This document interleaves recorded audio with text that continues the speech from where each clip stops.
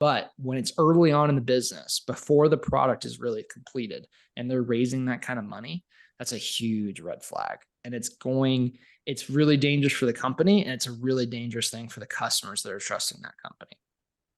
Sorry, I just Totally went on a agree. long rant there. No, it's true. So when, from my perspective, I think about a couple different things. I've had a lot of conversations this week about private equity and roofing companies and like taking over. And like, just to give you an example, Perimeter Roofing is bought 3 other different companies, and one of the sales reps from one of the companies has been texting me and asking about my opinion on it and what I've seen in the industry. And it ties to exactly what you're talking about with software companies or just vendors for roofing space like Proline. And what that means. You need to think of this as, what is the intent of the company now? So exactly what you're saying is true. Our focus at Proline is our customer. Our customer is our focus. There is no other focus. We want to grow. We want that to grow into a large company. That is our focus as well. But we can't do that because we have no extra money just lying around for marketing. We have to make sure that every one of our customers has an excellent experience and they have a great return on investment. And it's all about the product. That's the actual thing that people get. It's like, ironically, the well-funded startup has all this money that they could spend on product, but they don't because the incentive structure is not. Whereas with the bootstrap company like Proline, our whole thing is the product. That's it. The only thing that we're selling on, that we can sell on, that we can compete with, other well-funded companies, is the product. So we're in a position where our only choice is to build the product to be as good as possible.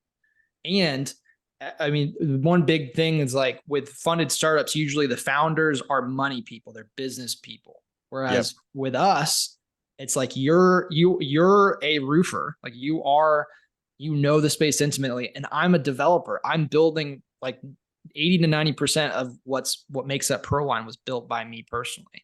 And that's completely different than these companies where they're raising a bunch of money. Their founders are not building the tech. They're outsourcing it to some agency, maybe even an agency over in India that has no understanding of roofing, no passion, no desire to help roofers. And that does show through in the product. If nothing else, just the speed at which the product gets built. But ultimately, it's just like, when the person that's building it, with the people that building it, don't know or understand the roofing business, it shows through in the product. You can't get around that. Yep. And again, going back to intent, if there's a problem or a benefit to what Proline does to my roofing business, you get instant feedback and are able to adjust the product in the correct way. You either fix a problem or you make a feature that's very beneficial for me. That's invaluable. Nobody else in our space has that direct connection to, I get on roofs and sell roofs, and I talk to customers and I talk to roofing crews all the time, and our team works together and we have problems and we want solutions. That's a really, really important thing, not to toot our own horn, but no one else has that. And you're never going to have that unless somebody else essentially copied our process for creating Proline. Going back to intent one more time, we don't have anyone who's telling us you have to sell X number of companies this month, or we're going to, there's going to be consequences, or this year or this quarter. We don't have any of that. Our focus and our intent is that every single contractor that reaches out to us has a positive experience and is a good fit for us. Like, we're not going to work with somebody who's not a good fit. If you're not a good fit, you're not a good fit. But other companies that have numbers that they have to hit are just going to push that product forward. Tell you whatever they have to tell you to get you in.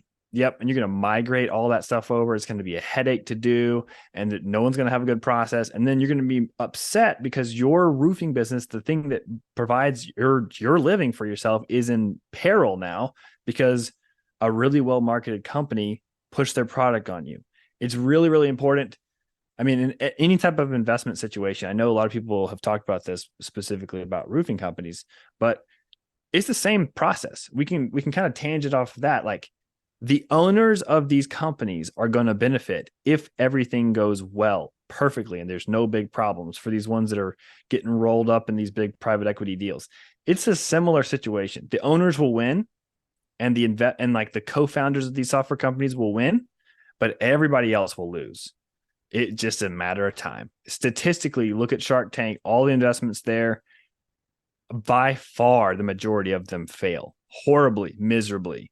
It is not about like who has the most money and who gets the best investments. It's about product fit and intent behind that company and the founders of that company.